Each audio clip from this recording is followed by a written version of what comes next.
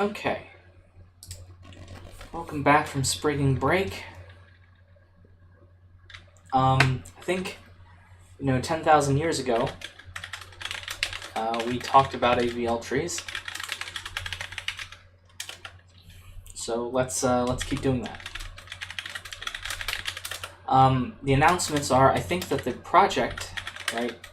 The Discord tree, is due tonight. If you need extra time, you can ask me for that, but just set that as a due date. The exam is due Thursday. And I'll start getting assignments back, so there's that. Okay. But yeah, I took a break, remember, in the middle we talked about the exam review, we talked about Discord trees, which, some kind of made-up thing.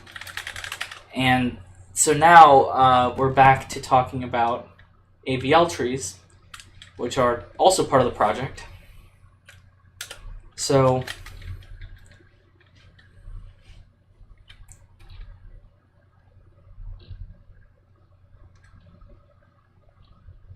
whoa.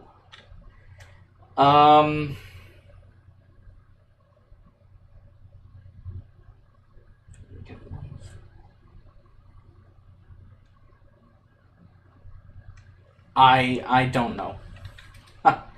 I don't know how to answer that question.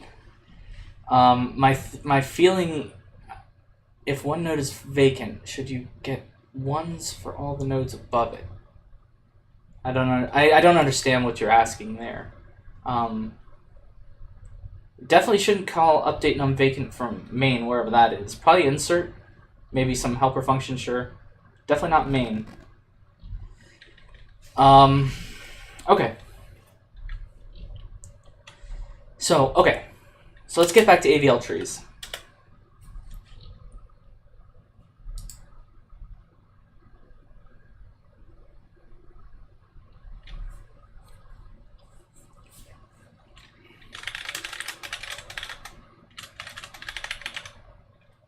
Okay, so yeah, I don't actually know what you mean by I get one for that part. I mean, maybe, I don't know. So maybe you can ask me that if we do office. I mean, I'm doing office hours. Oh, that's one part of the announcement that I should talk about. Yeah, that would be better because I'm just not understanding. If you know what I mean. So, yeah. So I'll be doing some office hours after class. Basically, I'll just hold it on Discord, and that's that. Okay. So yeah, let's get back to Avl tree. So let's remember how an Avl tree works, right? Let's make it a circle. Let's not make it blue because we don't need color. Okay, so let's make some nodes here. And so remember what the rules are for Avl trees, right? There's basically, you insert as usual, right? So for insertion, right, you insert as usual. And so what I mean by that is, if you have some values here, like say 5, let's make this 2, let's make this 7. Okay, I typed 8. And let's put in some more nodes. And at this point, this is still an Avl tree, and of course we need to talk about why it's still an Avl tree. We'll talk about that in just this will be 6, and this can be 12. Yep, I think that's probably right. And, I mean, I guess I could always technically violate the BST property or something like that. So here's a little Avl tree. And so how do I know that this is an Avl tree, right? I know this is an Avl tree because if I look at the cross connections here between, I guess what you would call them as like sibling nodes, right?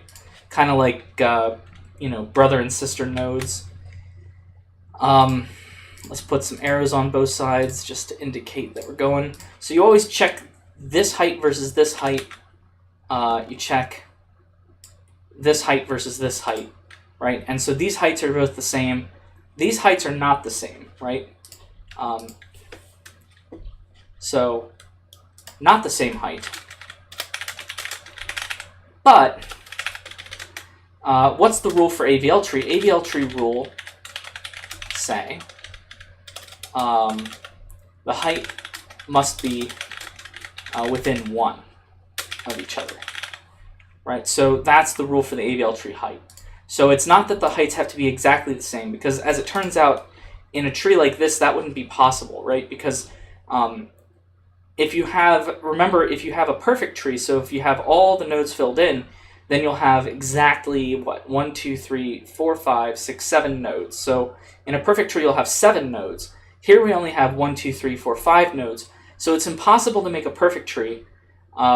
Maybe you could like shift one of these nodes over to the other side or something and make it symmetric, but that doesn't actually fix the height problems, right? Because then this would have height 1 and this would have height 0.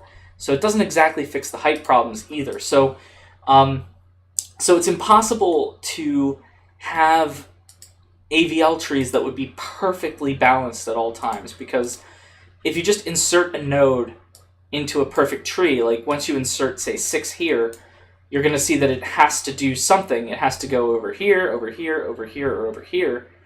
And based on the values, it goes here. But the point is that it didn't matter where it went, right? Wherever it goes, it's going to unbalance the heights a little bit. And that's okay.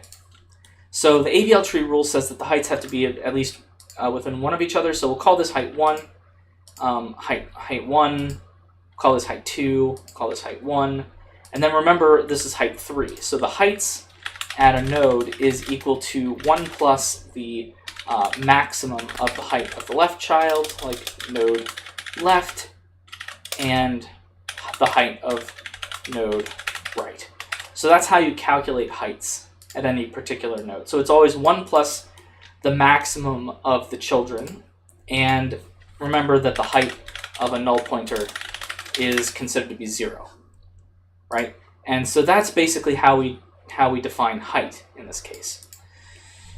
Okay, so that's basically the elementary stuff about AVL trees. That's like the one, that's really the only rule, right? An AVL tree, like the rules for AVL trees are really that it must be a binary search tree, which means that less to the left, greater or equal to the right, right? So that's the first rule.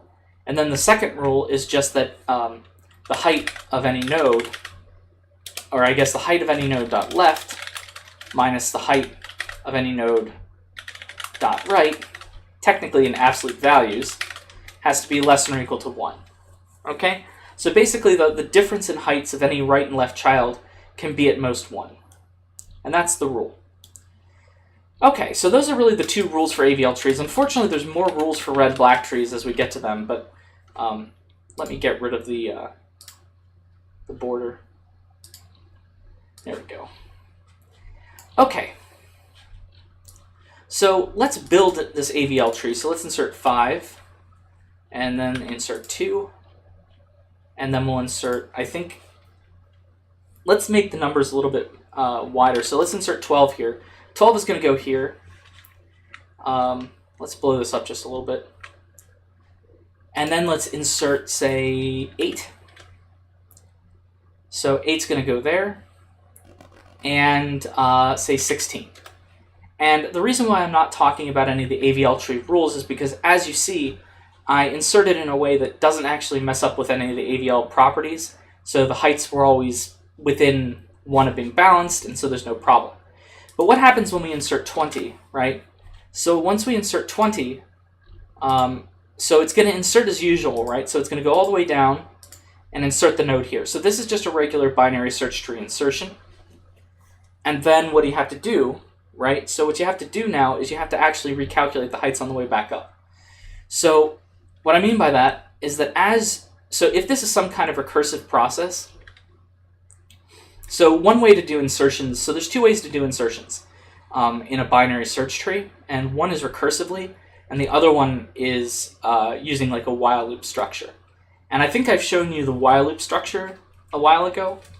But there's also recursive ways to do it. And so, or technically you can use a while loop for it as well. But the reason why you might want to do it recursively is because the recursion will preserve, at every stage, it'll preserve where you are. And what I mean by that is that it'll preserve like this node and its left child, its right child, etc. And so then you'll pop back up to here, pop back up to here, and pop back up to here. And so it'll take you back up along the tree of insertion without having to have parents. So that's what the recursion gives you. So I should actually say that. Recursion, using recursion for the insertion allows you to backtrack without having parent pointers. So it's always possible that this is just a diagram here. So what does it mean to have this edge? So it's either possible that this is just like 5 dot left is equal to 2. The other possibility is that 5 dot left is equal to 2 and 2 dot parent is equal to 5, right? And so I forget exactly how in the project it's done. Let's look it up. Project 2. Okay.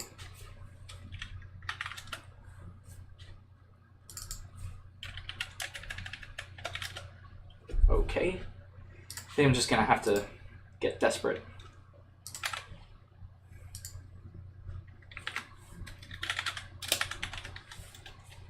There we go. Okay. So let's see how they do it using this stuff here. I haven't actually looked too hard at this yet, so I guess we're about to find out. So let's look at let's look at utree.h first. And let's look at this. So here you see that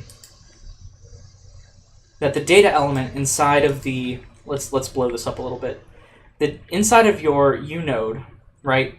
Your data elements are, you have a D-tree pointer, you have a height, which is needed for the AVL calculations, you have a unode pointer left, a unode pointer right.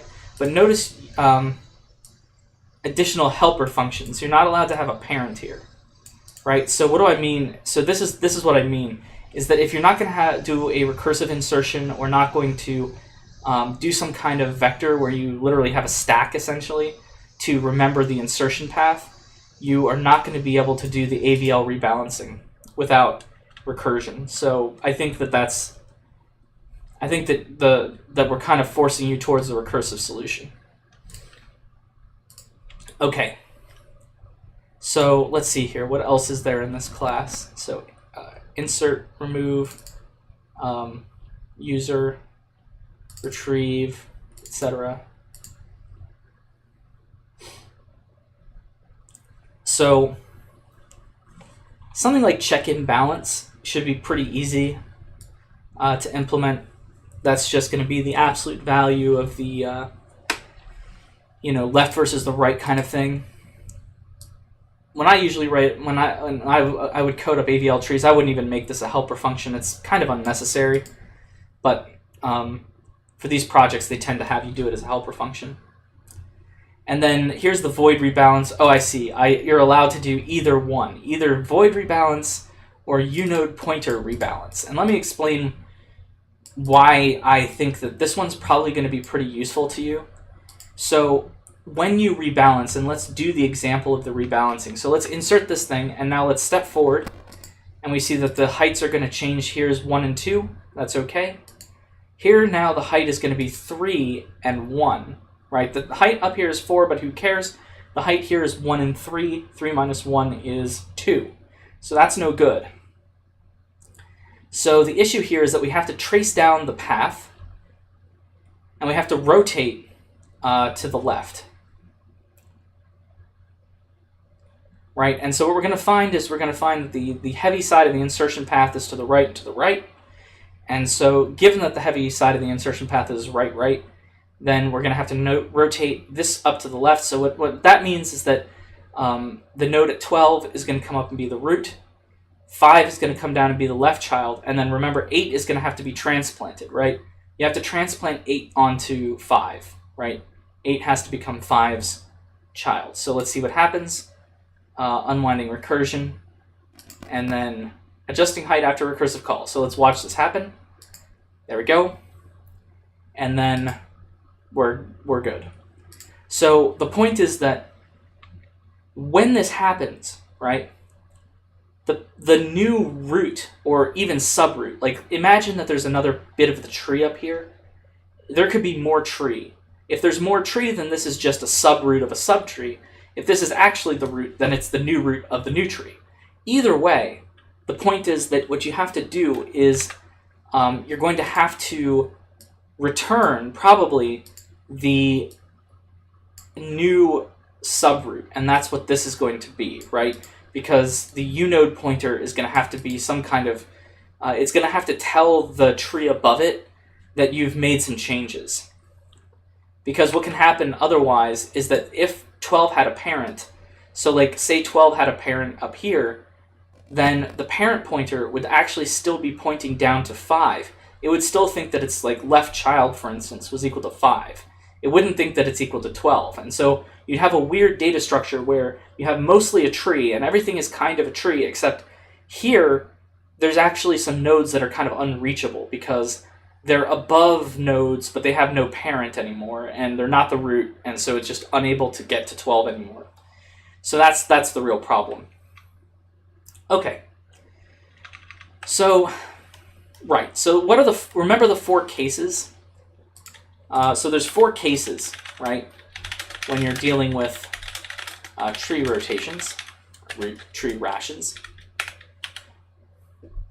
And I usually just call it like the left case, left, right, right, left, and right, right.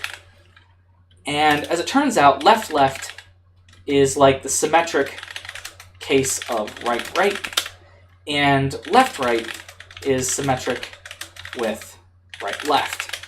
But the question is, what are left, right, and right, left? So let's go through that now, right? Correct, I should say. So basically, let's see. Let's make a left case.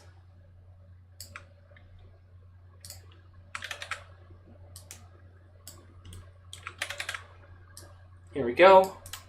Here's a left case. And let's make some, I think I can make a polygon. I'm going to make 3 corners. Yeah. Oh, look at that. That's wonderful. That's wonderful. Okay, good. And I know I've done most of this before, but I just kind of want to repeat it because the issue is that like this kind of stuff can get really confusing. Let's see if I can. I think it'll even. Oh, nice! It'll even snap to these corners. Snap. Snap. Well, it's not going to snap there. That's just me putting it on. There we go. And now we have to name everything. So let's name everything. So we'll call this A. We'll call this B. We'll call this C. And we'll call this T1, T2, or let's call this TA for. I don't know. Let's call this right. And then let's call this B right. And then let's call this C left. And then we'll call this C right. That's not bad. Okay. So how do you rotate in this case? And so the thing is that we don't know exactly what's going on all these trees. All we know is that this side, right, this is the heavy path.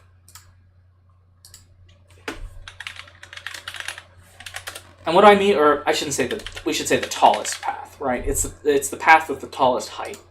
So if you're detecting a problem here, so you see that the heights are mismatched at A, right? So basically B has to be 2 higher than A. The requirement here is that the height of B is at least the height of R plus 2, right? So that's how we know that we're going to do this rotation. And the other thing that we have to know here is that the height of C is going to be bigger than or equal to the height of BR, right?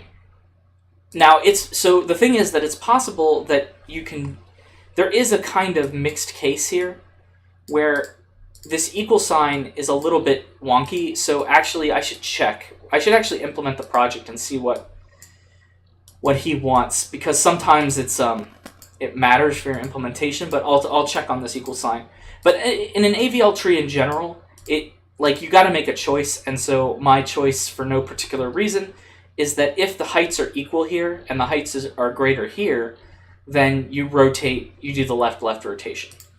So basically what this means is like this height is say this height is like 10, and the height of this tree is say 8, right? And then even if this tree here has height 9 and this tree has height 9, you can still do a left-left case, right? And these are just examples. The height doesn't have to be exactly 9. It's just an example.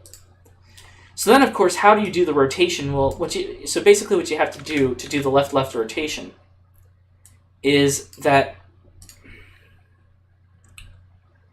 you're doing a single rotation, right? So the left-left and the right-right cases.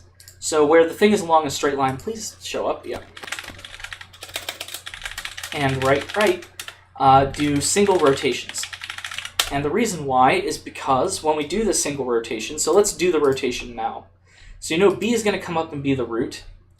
A is going to have to come down and be the right child. Let me get rid of that, okay? So B is going to have to come up and be the root. A comes down. And then the thing is, you see that A loses its left child, right? And B needs to reattach its right child onto A. So B dot right has to, let me not have them connected. There we go. B dot right has to be equal to A. So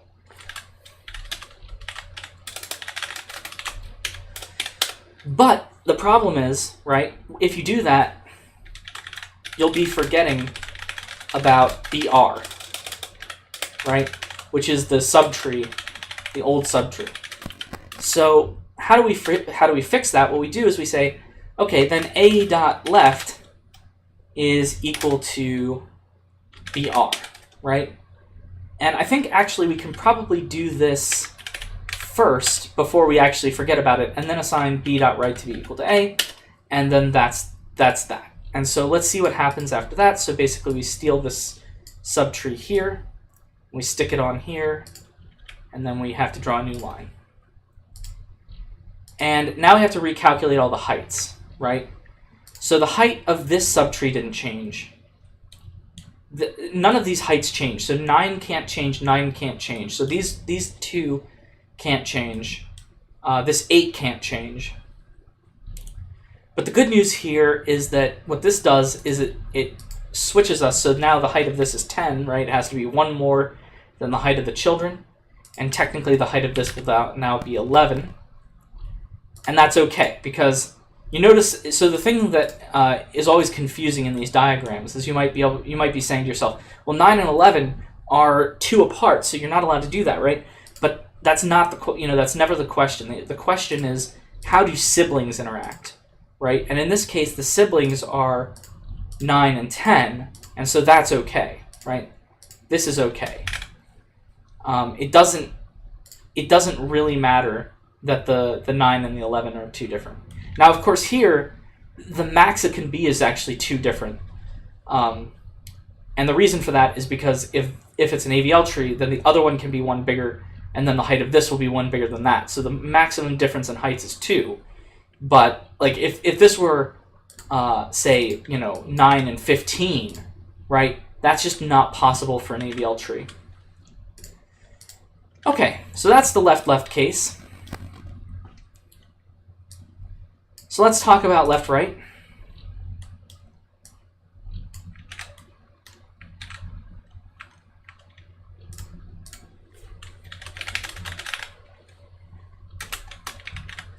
So for the left-right case, let's change this to BL. And then what we'll do is we will move this over to here. Well, not there yet, but let's put it temporarily in storage right there. Let's move this. Let's move all of this to here. So this is the new case, right? And let's be careful here and just say that we have to change these heights now, right? The examples have to be different. So say this is of height 102. Say that this is of height 100, right?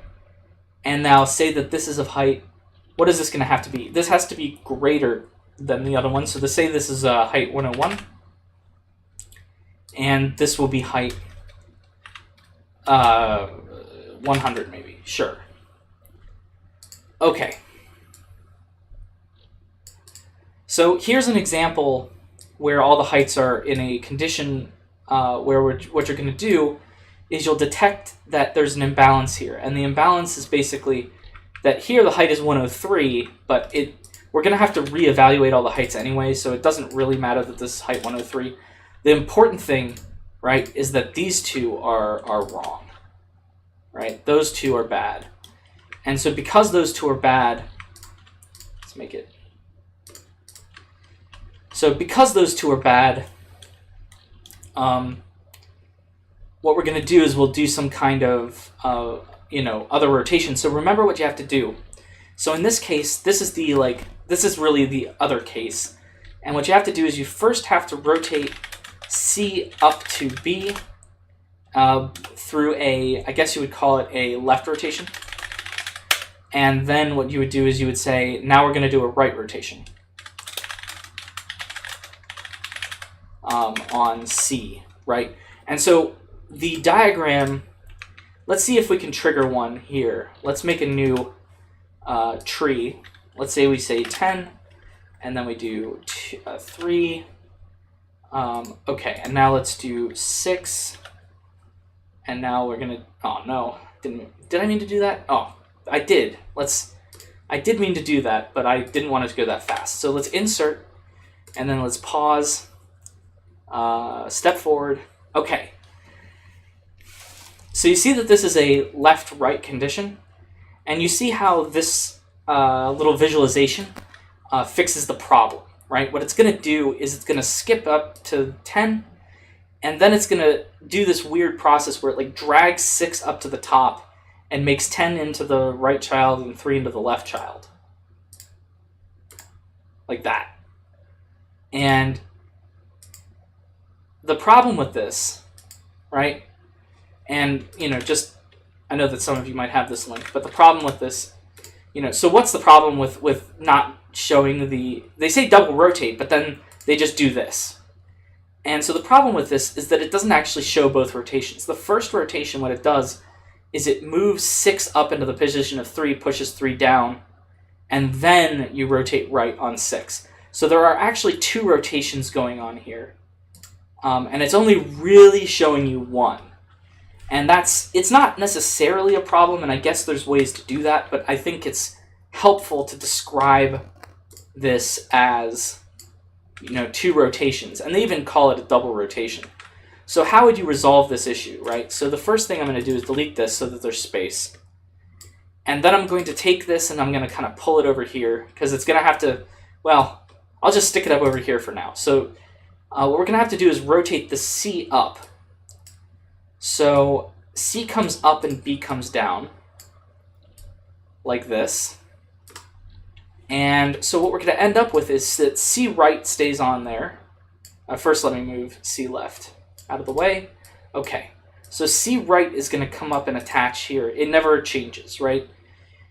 But what things do change? Actually, I don't think I needed to move B left off of B, but I did because I was scared. Here we go. And then this comes up and goes in here. So let's look at the 2 let's look at them together. Let's put them side by side.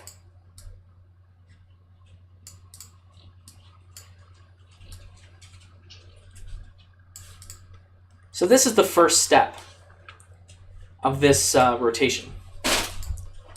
And the problem with this step of the rotation is that it actually, technically, it makes things worse, right? Because the height of C was 101, which means that one of these has height 100. So this is like height, I guess this has to be like height 101 now.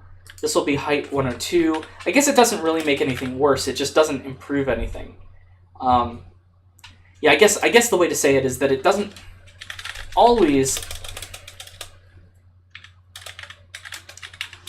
make things worse, but it doesn't really make them better either in terms of heights. So why do we do this? Right, and the answer is because now it's in the first case, right? So now it's a now it's just a straight up left, and we know what to do in the case of left, right? So we know how to fix this problem, and it's kind of like the mathematician's solution to things, right? So there's the joke where you have what an engineer, a physicist, and a mathematician in a hotel room, and the engineer, or they're all smokers. So, you know, one night they leave a cigarette in the trash, lights on fire. The engineer goes and you know, puts water on it until it goes out, because that's how engineers work, right? And then the next night, same thing, catches on fire. The physicist does some calculations, you know, before they run to the bathroom and put out the fire. But they said they determine the exact amount of water they'll need, you know, because that's kind of how physicists would work. They would do a calculation first. And then the last night, where the mathematician has to put out the fire, right? They all smoke, they all throw it in the trash can, it lights on fire again. The mathematician takes it and puts it near the bathroom and says, at this point, it's been solved, right? Because other people have solved it in the past. And that's exactly kind of how we're treating the Avl tree here.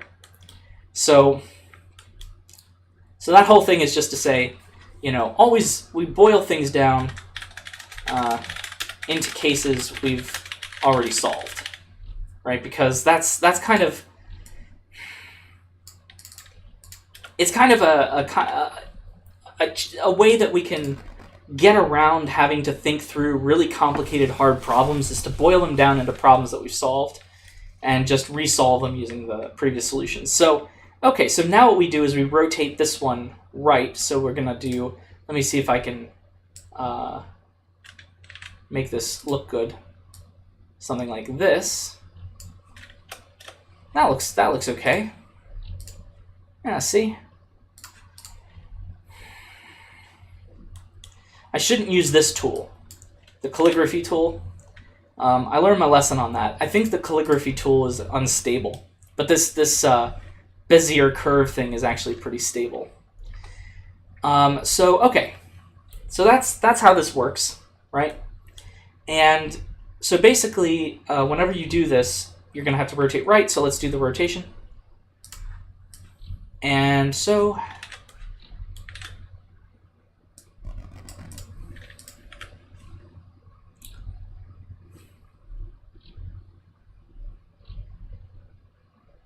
that's basically right.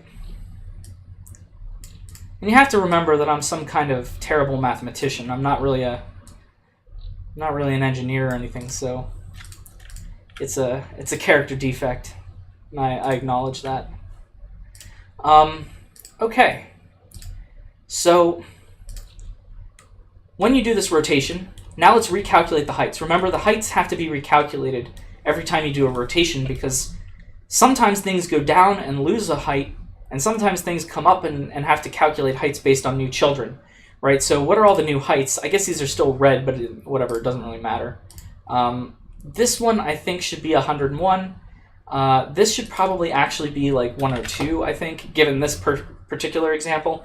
Though it doesn't, we don't always take things into an from an unbalanced condition to another unbalanced condition.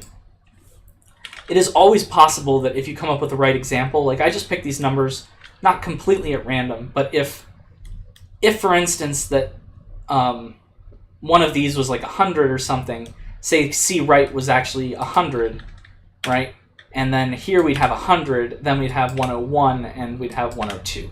So then this would be a perfectly balanced tree structure, right? So it just happens to depend on the exact numbers that we stick into the thingy, right, into the example. And I just put 100 in there just to exemplify the fact that, you know, I'm not sure if you... Actually, that's a lot of nodes, right? So there's a fun fact about Avl trees. And maybe I'll prove that now. So what I want to say now is that I've gone through these two cases really, really, really carefully. And so instead of going through all the other cases as carefully, what I'm going to say is that the other cases are the flips, right? So the right case is the flip of the left case, and the right case is the flip of the left case. And so I don't want to go over them again because I've done it in the previous lecture. I just wanted to go over some of the rotation stuff so that I could have an excuse to go over it, and I did. Okay, so, all right. What else do I want to do? So before we do, I want to do some live coding with Avl trees. Maybe next time we'll do splay trees or red-black trees. But for today, we'll just stick to AVL because it's part of the project. And it's also, moderately interesting. And so before we get to any live coding, which I should do a little bit of that, but before we do that, before live coding, let's talk about the number of nodes in an AVL tree. And so we know, I think, well, let's say we know, and I'll put quotations on that, that perfect tree has height 2 to the, I'm sorry, moron. A perfect tree has height h, but that's irrelevant, right? Of height h has 2 to the h, potentially h plus 1, depending on how you count it, but let's just pretend that we're counting it with, height, the root is at height 1, minus 1 nodes. Okay, so that's the maximum. I'm gonna argue that that's the maximum number of nodes that are in any tree, right, of height h. And the reason is because you can't stick any more nodes in, otherwise it becomes height h plus 1, right? So that's the thing here, right? The maximum number of nodes that are in any tree of height h is 2 to the h minus 1. Now, of course, you might need the plus 1 if you stick the root at height 0. I fully admit all of those facts, but let's just say that the root is at height 1 for this example. Okay, now the minimum number of nodes. So minimum number in a BST of height h, and let me show you an example of a minimal tree of height h. Right? Why are you doing that? Give me that. Cool. Okay. So let's construct a tree of height h, right? Say right, and then maybe left, left, right, right. And let's do some dots. So this is going to be a minimal tree of height h, and so let me show you what I mean by a minimal tree of height h.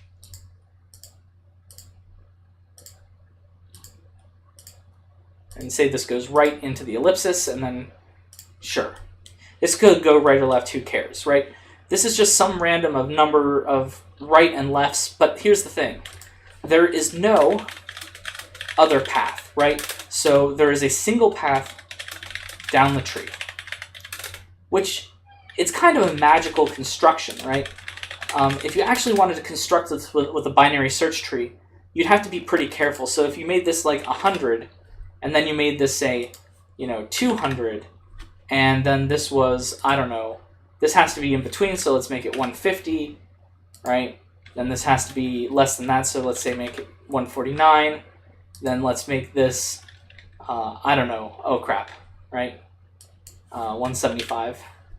Let's make this 150. And then it's going to keep going right. So the maximum, if this is the tree, then the maximum height of this can be 176.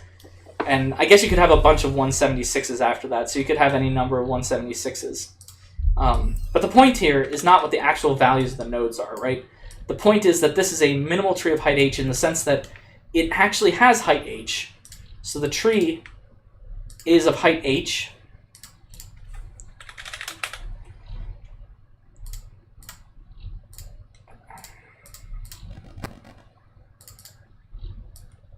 So the tree has height h, but the problem is that there's no other nodes. So basically the minimal size of a tree of height h, the min number of nodes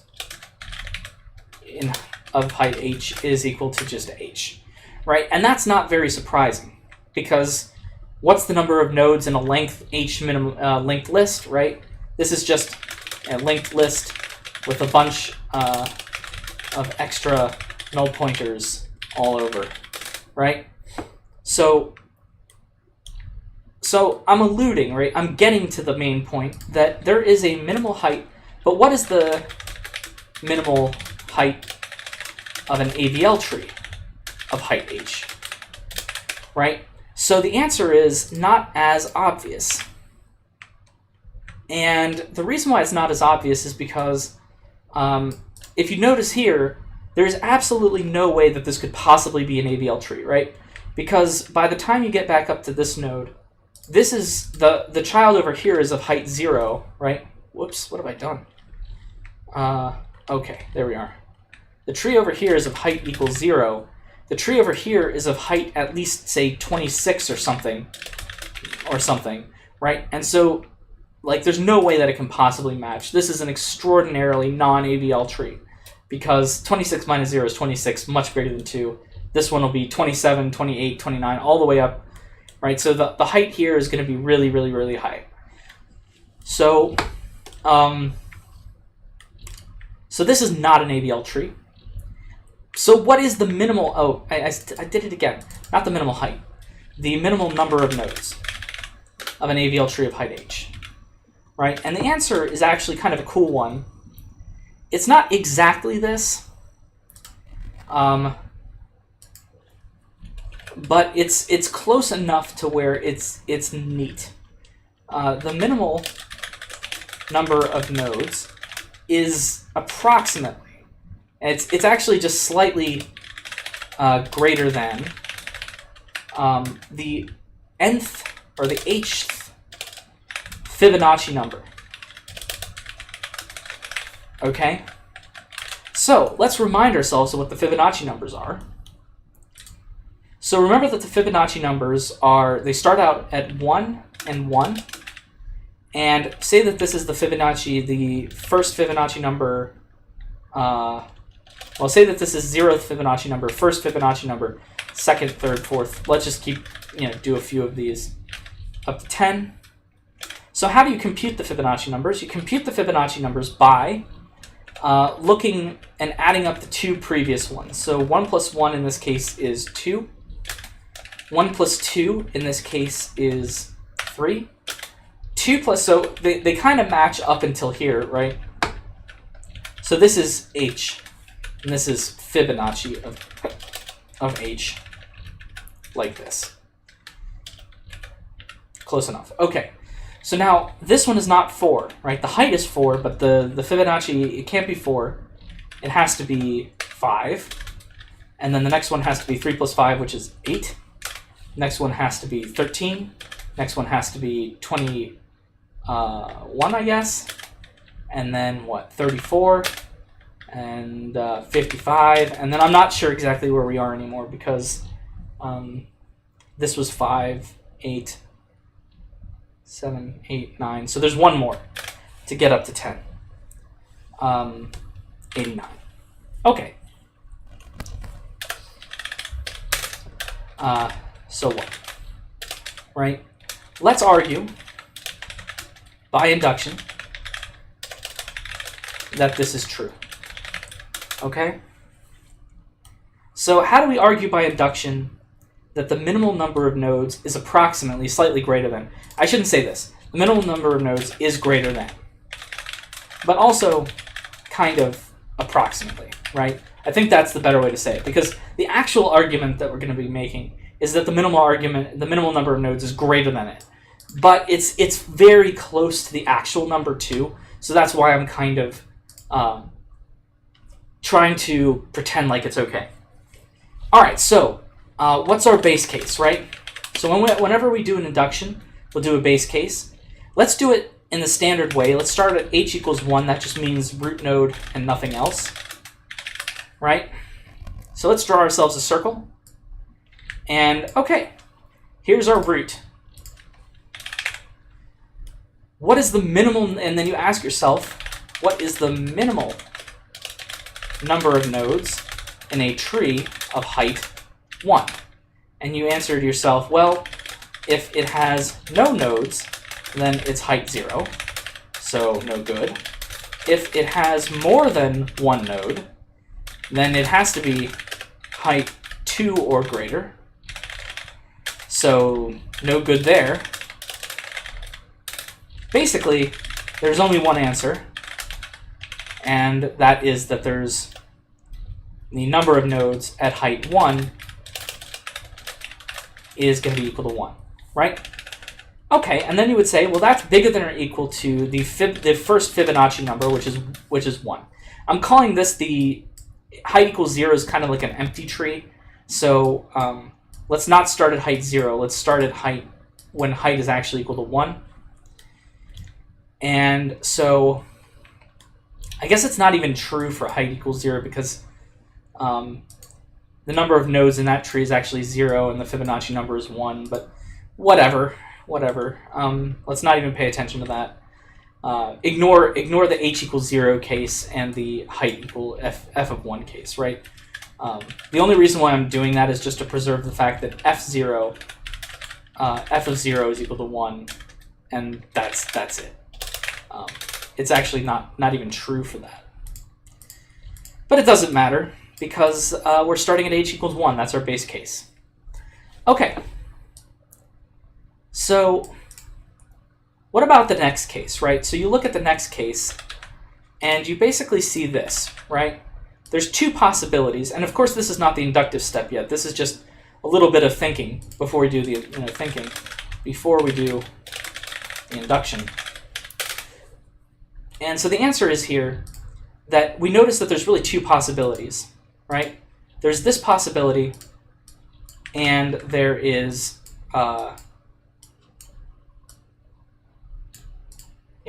this possibility over here. Technically, there's also the third possibility, which is also this, right? So there could be. So there's actually three possibilities. And what do I mean by possibilities? I mean, we're looking at all the trees without the numbers in them. So all trees of height 2, right? And there's 3 of them. They can either have a root and a node to the left, a root and a node to the right, or both, right? So this is all the possibilities. Okay. And all of them are AVL, so that's fine. So basically, the question is, what is our minimal number of nodes? The minimal number of nodes is what? Right? It's possible to have 3 nodes, but that's not minimal. Simple, right? So now let's look at the next case, right? So this is before you do the induction. This is actually not part of the proof, but this is like the secret stuff that people do when they're doing an induction and they don't really know how to proceed, right? So this is the stuff that, isn't in the textbook, if you know what I mean. So let's look at all the trees of height 3 and just see what happens here, okay? So what are the possibilities of trees of height 3? I think there's going to be a lot of them, so let me... So here's some examples. So here's one. Here's one. Right? Those are both trees of height 3. And let's make some more. Here is another tree of height 3. Right? The right case. Let's move this over here. And then let's get this other case here. There we go. And I think that's all the trees that have 3 in them. And then we have some other examples, right? So there's some other examples here where you have, I guess actually what I can do is I can just steal this, delete that, steal this, and delete this. So here's the problem with all these trees, right? None of these here are AVL. They are all bad, except for this one, right? So basically these here and these here are not AVL, right?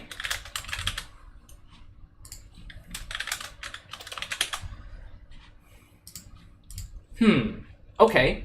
And why did I write them all down then? Well, the answer is just to show you a bit of an example of some stuff. So now let's write down the four or five, I think it might be 5 examples. Oh no, I'm sorry, it is actually, I think, 4 examples of, or maybe it's more than that. Let's give us some room here. So here's some examples of the things that are AVL. And how do I know that these are not AVL, right? Because this one has height, I'm sorry, you don't care about this one's height. This is height 1, height 2, but then this one is height 0. Same thing over here. Height 1, or height 1, height 2, but over here you have height 0. Height 2, height 1, but over here you have height 0. So that's why none of these are AVL. This one is AVL because it has a tree, or it has a leaf on both sides, so this is okay. Please don't crash. Are you gonna crash or are you gonna not crash? Okay, cool. Let me save it now, because it doesn't... Oh wait, that's drawing a square. There we go. Okay, sorry. So, alright. Okay, I'm a little bit confused. Alright, there we go. That's AVL.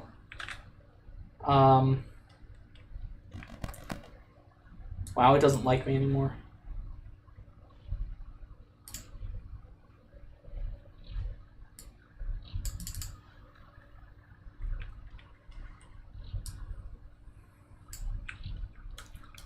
That's AVL. That's AVL. That's AVL. So there's a bunch of them, right? And so there's these, and then there's more of them where you have more leaves, like you can have leaves over here. You can have leaves all over the place.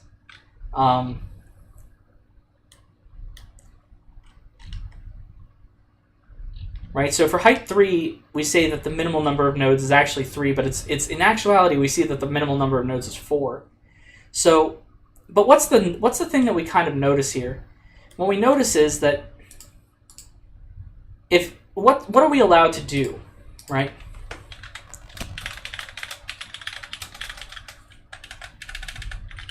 To make an AVL tree of height, say, 3. And what we do is we take an AVL tree of height 2, right? Because these things here are height 2 AVL trees, right? And we take an AVL tree of height 1, which is just the root, right? And we add them together. Okay? So that's what we're allowed to do. We're allowed, and so this is basically how we're going to do the induction now. So, whoops. Let me see if I can rotate this back. All right, there we go. So now how are we going to do this induction, right?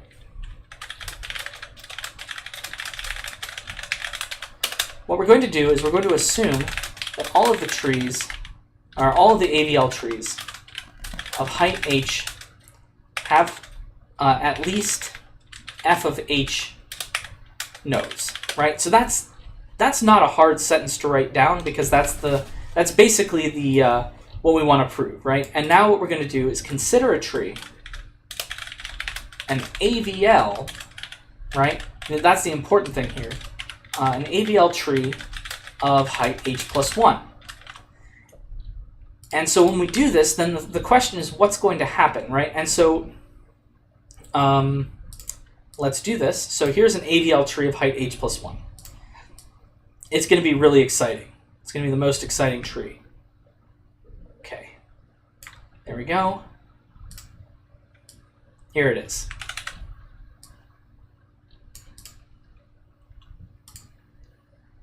But we know that being AVL is a recursive property, right?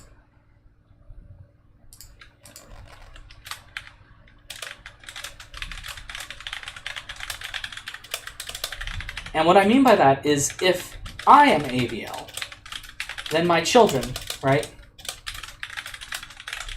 are AVL too. So if I tell you that this whole tree is AVL, then you know that all of the subtrees are also AVL. And so that's great, because what you know is that this tree has height h plus 1, and the thing is AVL. So what do you know? What you know is one of these, who cares which one, right? Without loss of generality, as they say in mathematics. So in mathematics, we'll say without loss of generality. It means I'm making an assumption, right? What it means is I'm making an assumption, but it doesn't really matter. And the reason, and let me show you what I mean by that. I'm assuming that this one has height h, okay? And then what I'm going to do is I'm going to assume that this one has height h minus 1, right? And they're both AVL trees. And so what we know is that this one, right, this first one has at least, oh, it finally did crash. Wonderful. At least I was kind of saving. That's really terrible. Okay.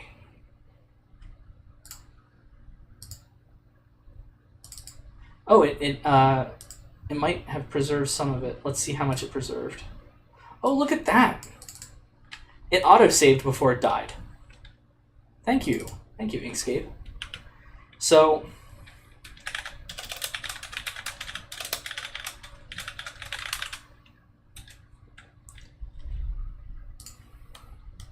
how many nodes do I have where I am this this tree here, right?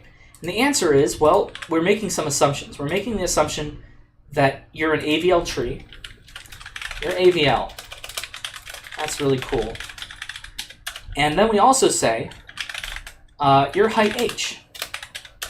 So the one thing we know by the inductive hypothesis, right, it tells us, hypothesis tells us you have at least FH nodes, right? Fibonacci, maybe I'll even do fib of h nodes. Okay, cool. And then this one over here says, but what about me? How many nodes do I have? And you say, same argument, right? You say, the inductive hypothesis tells me that you have f of h minus 1 nodes, because you're not height h, you're height h minus 1. It's the same argument. It's not the exact same number, but it's the same argument, right? And so you would say something like, okay, now that both of the children are happy, they know how many nodes they have to have. This one has fib of h, and this one has fib of h minus 1. So how many nodes, what is the minimal number of nodes in the total tree, right? And so the minimal number in the total tree is going to be nodes at height h plus 1 is going to be equal to 1 plus the Fibonacci number of h plus the Fibonacci number of h minus 1. Now, what is the definition of fib of h plus 1, right? The definition of the fib of h plus 1 is it's equal to fib of h plus fib of h minus 1. Huh. Interesting. Right?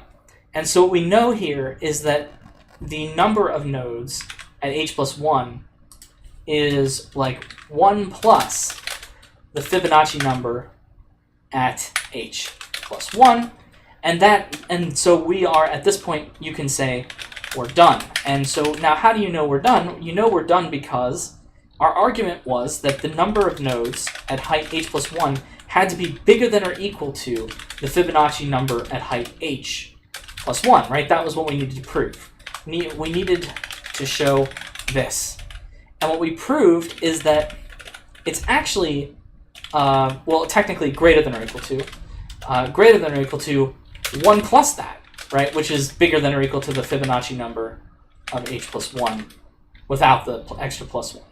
So there is a little error term here. The plus 1s do add up over time, but it's a pretty good estimate. It's a pretty good underestimate of the number of nodes. So for instance, you know, So if I ask you how many nodes are in a Fibonacci, or not Fibonacci tree, how many, or what is the minimal number in an AVL tree of height 10, you would say, so this is not the proof anymore, proof complete, QED, right? You would say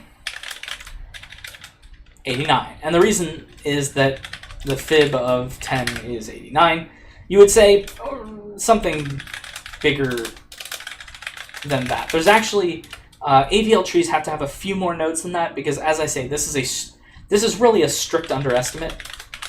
But the reason why we use this underestimate is because it's so kind of beautiful, right? Because you can just say like the number of nodes of a tree of height h is bigger than or equal to the Fibonacci number of h. Wow. It would be much prettier than saying the number of nodes of height h is bigger than or equal to like the Fibonacci number of height h plus some like error term, right? Like equal to, the minimal number of nodes of height h in, some error term in h, which is probably going to be like, I don't know, it's probably going to be something like h squared plus 2h plus 3 or something. Who knows, right? I've never actually calculated it. But the point is it's some error term in h. Actually, if we were smart, what we would do is we would say it's like probably something like O of h.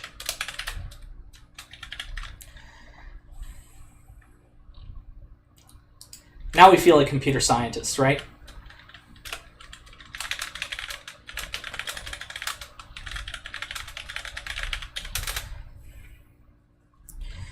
So, as it turns out, Fibonacci of h is exponential. And the reason why is because the Fibonacci number at h is approximately, well, yeah, it's approximately equal to the golden ratio to the h power. There's a constant, there's some extra terms here, but it's approximately equal to the golden ratio to the h power. And so basically, if you say O of h, then O of h is going to be way, way less. Anything that is a constant times h is going to be way less than phi to the h, which is what what the Fibonacci numbers are. Okay.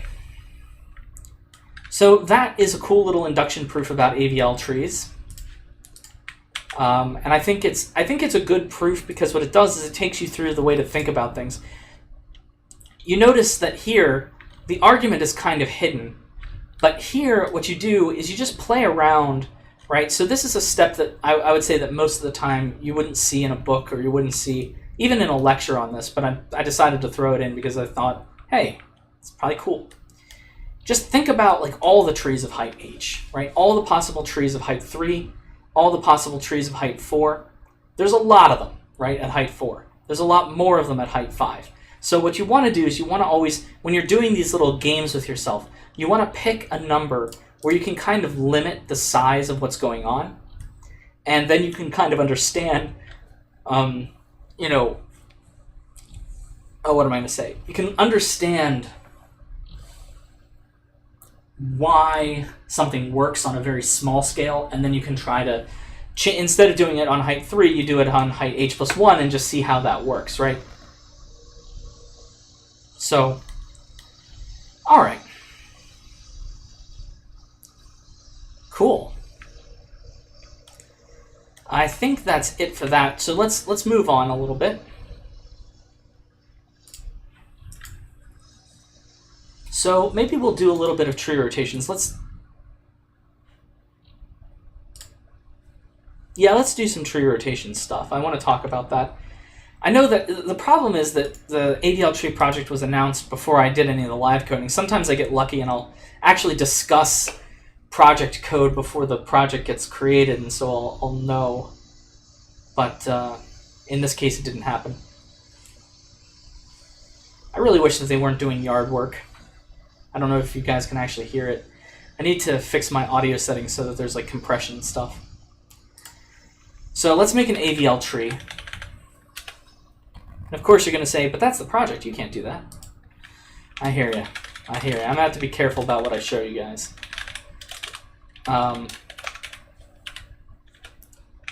So, two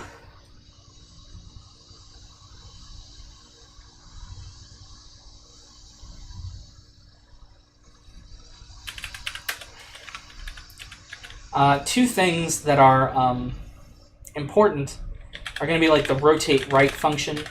And let me just do an insertion, right? We'll do an insert function, we'll do a rotate right function, and a rotate left function.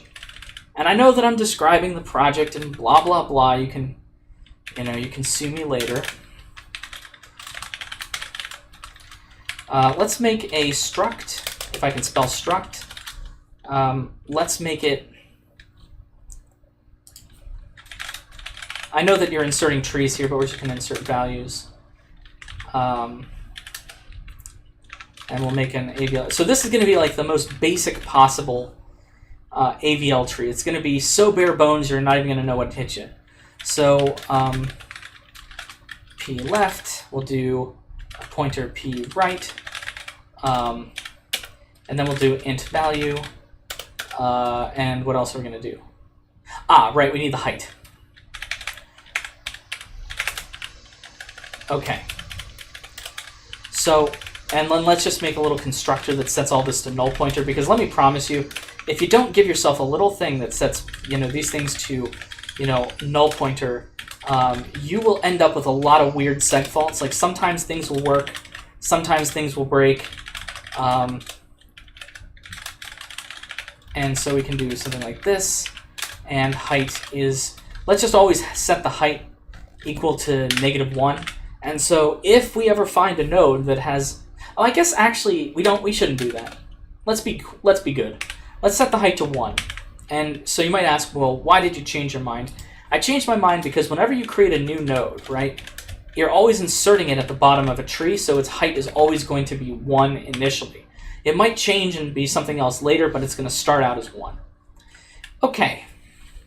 So we need to do two things. We need to do a rotate right, a rotate left, and we need to do maybe like a rebalance function. So we'll do a void rebalance, and let's do a Avl Tree node pointer. And so we'll do this.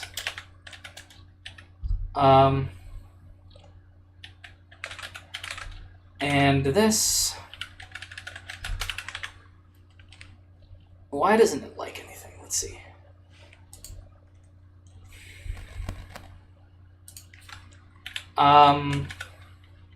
So let's say Avl Tree node P pointer P current, or let's just call it P subroot. There we go. Okay. And then here what we're going to do is, I think we'll do it with an insert helper. And this will also return an Avl Tree node. You'll see what I'm doing in just a second.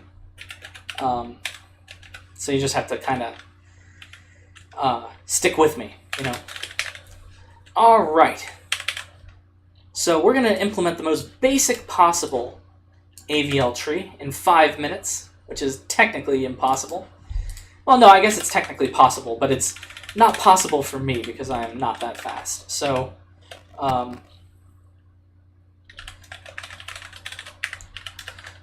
so here we go. Let's see how much we can do. There, there, there, there. Okay. So what insert is going to do is it's going to, oh wait, and I forgot to make a root. So we need an Avl Tree node pointer mroot. Okay, there we go. So the Avl Tree in the constructor, all we need to do in the constructor is we set the root to null pointer. Cool, one function down. For insert, what we're going to do is we're going to set mroot equals to the insertion helper, and we're going to send it the value. And I think maybe we have to send it the root. So let's make an Avl Tree node, and we can call it something, let's just call it current. Okay.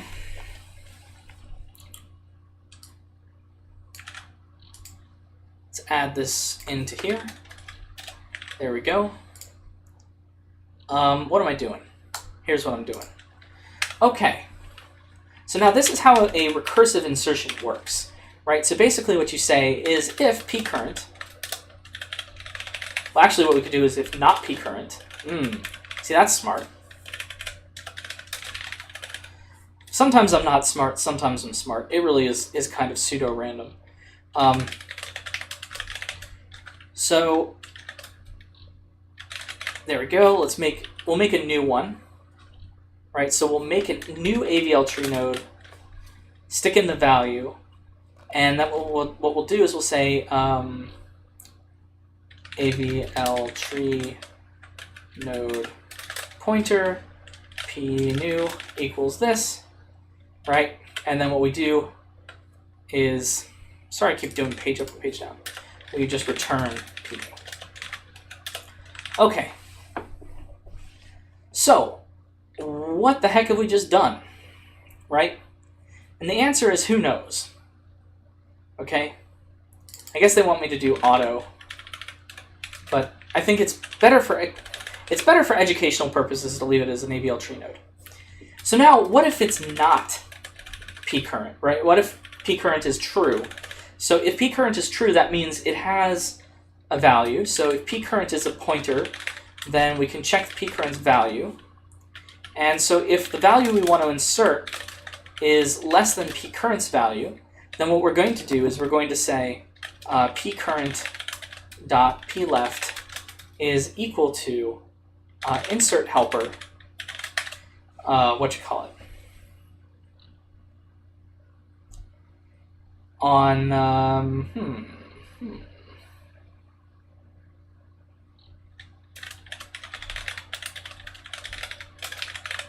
something like that.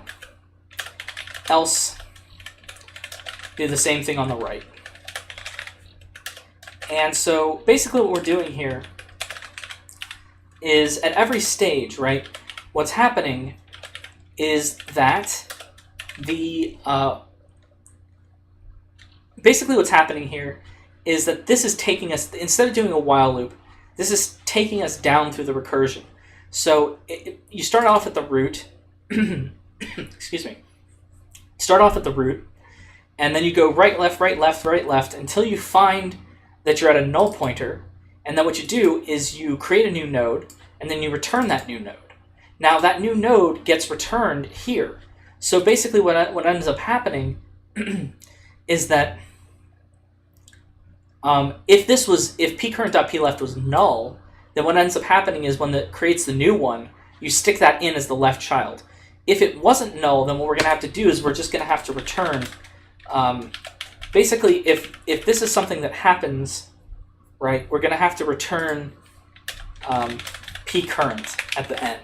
And the reason why we're going to have to do that is because if we insert, and so we're going to go down to this insertion helper. So if we insert on the left, what it's going to do is if this node exists, then what it's going to do at the end is it's just going to return the p current up to the next level. So we'll be resetting all the pointers every time, but we'll just reset them to themselves when we don't want to make a change. This also helps us do the rotations, right? Because the rotations are going to be pretty important. So maybe I'll do the rotations next time, because we're out of time. Yeah, maybe because I want to spend time on this, I'll do the rotations next time. And then we'll talk about maybe splay trees, and they have the same kind of rotations. And maybe I'll live code a full splay tree next time, and then we'll do red-black trees next week. That's probably good. So, but this is like how to insert recursively, more or less. And the way that it's done is basically as you go down, right, you either go left or you go right, and you call your little insert helper. And then when you find out that you're at a null pointer, you create a new node and you return it, and then what happens is it gets set in the level higher. The only thing you have to do right? The only time where you can't set something in a level higher is at the root, right? And that's why the actual insert method just says mroot is equal to insert helper, and you stick in mroot as the current thing and the value. So if the mroot is null, then it'll create a new node and just return it, and then you set the thing. So that takes care of that edge case. And then if it's not null, then it starts doing all the extra going down through the process business. So that's essentially how that works, okay? So before I guess we do anything, we can say, right,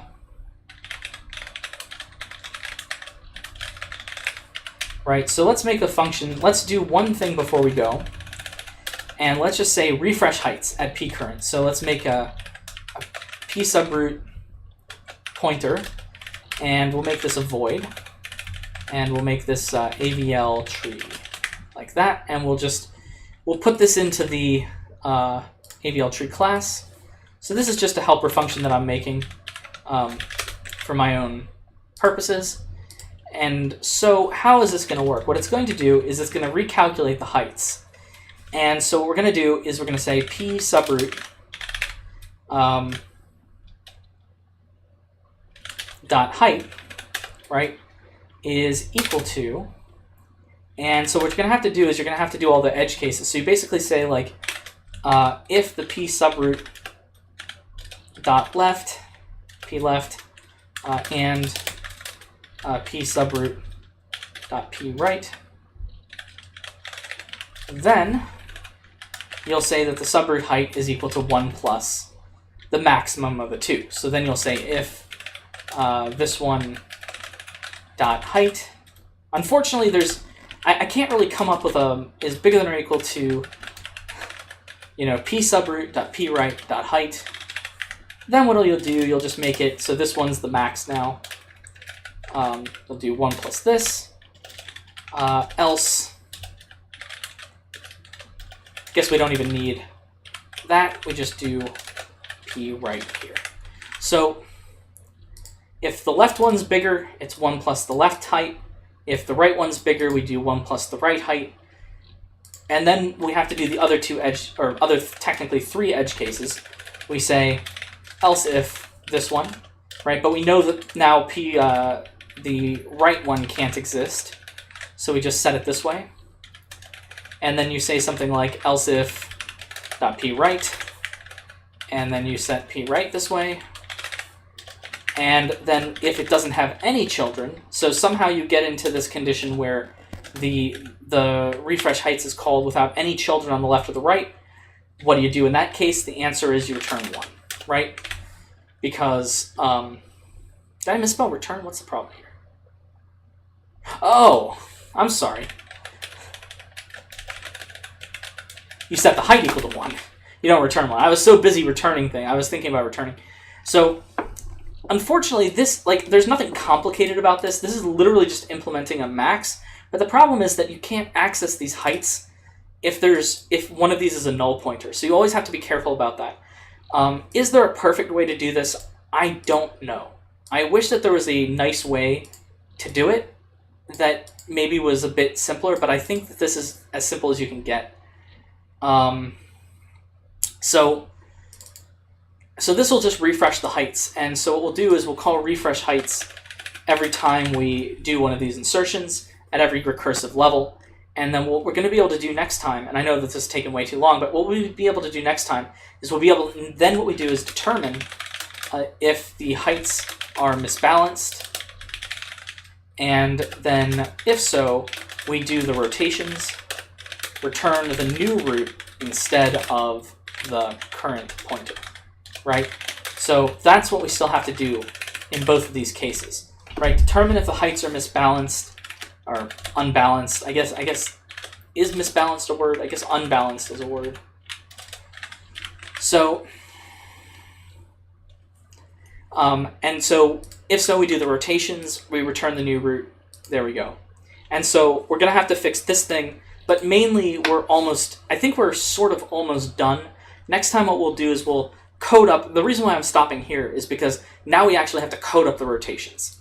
We have to code up the rebalance function. And it would be perfect, right, to just call like rebalance, which we could, like rebalance on p current like this, and call rebalance on p current like that, and then you just refresh the heights again. So unfortunately, you have to refresh the heights twice, and I'll explain why next time. But this is really the insertion function here. This is essentially done. The only thing that we have to do now is actually code up rebalance, and then rebalance will call our rotate right and rotate left functions. So it doesn't work, but it only doesn't work because rebalance isn't coded. All right, so that's all for today, and then I will be on Discord, and if you want, you can come and ask me questions about the Discord tree stuff, and we can work through any problems you have. All right, so yeah, I think that's it for today. I think I've gone over Avl trees about twice now, and I think hopefully it's starting to make some sense. Who knows? All right. So I'll let you all go, except for those of you who are going to come and get me on Discord. Let's find OBS. There it is. Outro.